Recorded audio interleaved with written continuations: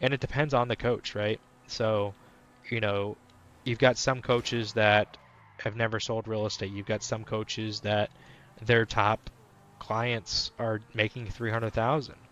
It just depends on your top coaches. Our top coach here, their top clients are making, 10 to 12 million dollars a year.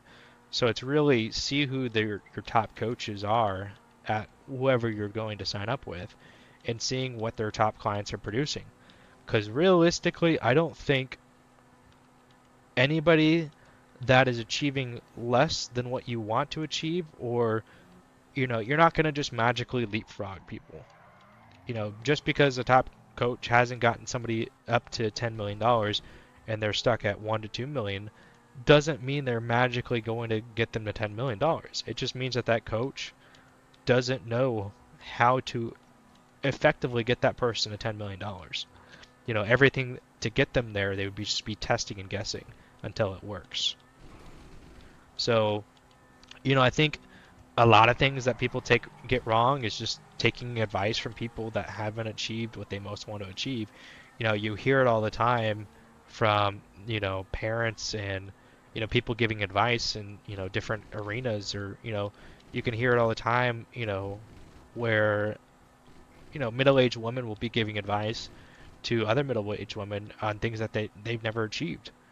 And it's like, okay, have you made $1 million? Do you have $1 million invested? And it's like, no. Then why are you giving advice on how to make $1 million? Why are you giving career advice on that kind of stuff? And it's like, I think that's just the biggest thing that people get wrong in life, is like people giving advice on things that they've never done or have achieved anything. It's like, you can't give somebody advice on stuff that you have no experience with actually physically doing or achieving. I think that's the biggest issue is, a lot of agents are getting advice. There's a couple offices in my city where they give the agents, I see it on Facebook, they're giving the agents terrible advice. And these are team leaders that haven't achieved anything. And they're giving their agents advice to go, down this path or road. And it's like, that's terrible advice. Your agents will never achieve anything. You're running people into the wrong direction. And so it's like, being led by false prophets or being led by successful people that have achieved what you most want to achieve. There's a big difference. And so, I think we're unfortunate in this industry of real estate where a lot of people have voices that shouldn't have voices.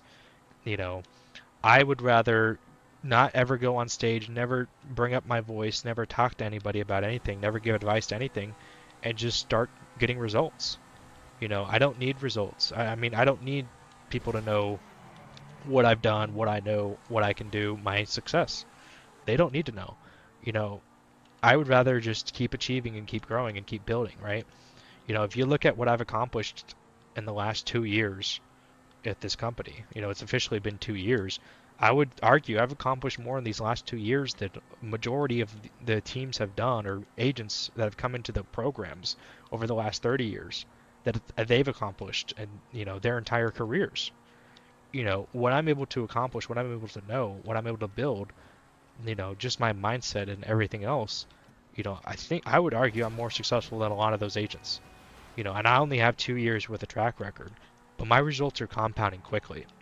And the last metric that we're missing right now is like 4 more agents. So 2 buyer agents, 2 investor agents, and then leads.